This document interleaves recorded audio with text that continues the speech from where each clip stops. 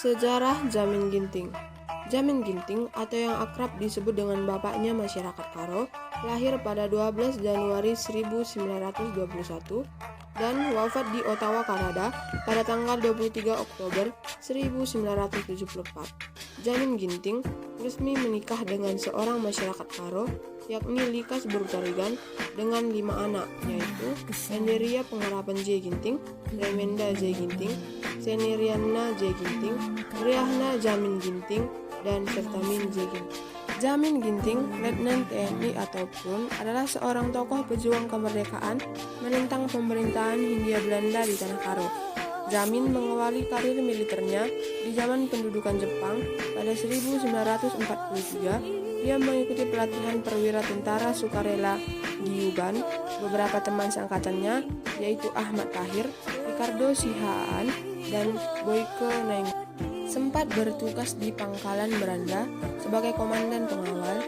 Jamin kemudian dipindahkan ke Balang Kejeren. Di kota kecil inilah Jamin mendidik anak-anak muda asal Gayo untuk dijadikan prajurit tanah air ala Jepang. Selepas pendudukan Jepang, Jamin menjadi komandan batalion TKR di Kabanjahe. Jamin terlibat di banyak perlagaan ketika memegang wilayah perang di Tanah Karo, Langkat, Deli Serdang, dan Aceh Tengah selaku komandan Resimen 1 Divisi 10. Di wilayah ini kerap terjadi kontak senjata dengan pasukan Belanda di tengah hutan dan dalam situasi mengungsi. Dalam buku hariannya, Jamin setidaknya mencatat 2 pertempuran penting, yakni pertempuran Titi Bambu pada 21 Agustus 1947 dan pertempuran Bukit Merdinding pada 28 Desember 1948. Jamin termasuk panglima daerah yang menonjol.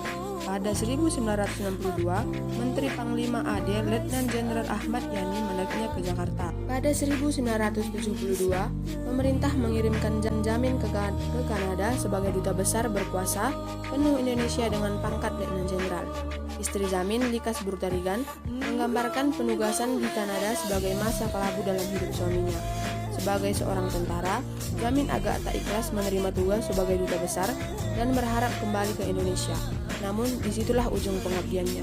Tak lama di Kanada, pada 23 Oktober 1974, Jamin Ginting tutup usia dalam usia 53 tahun.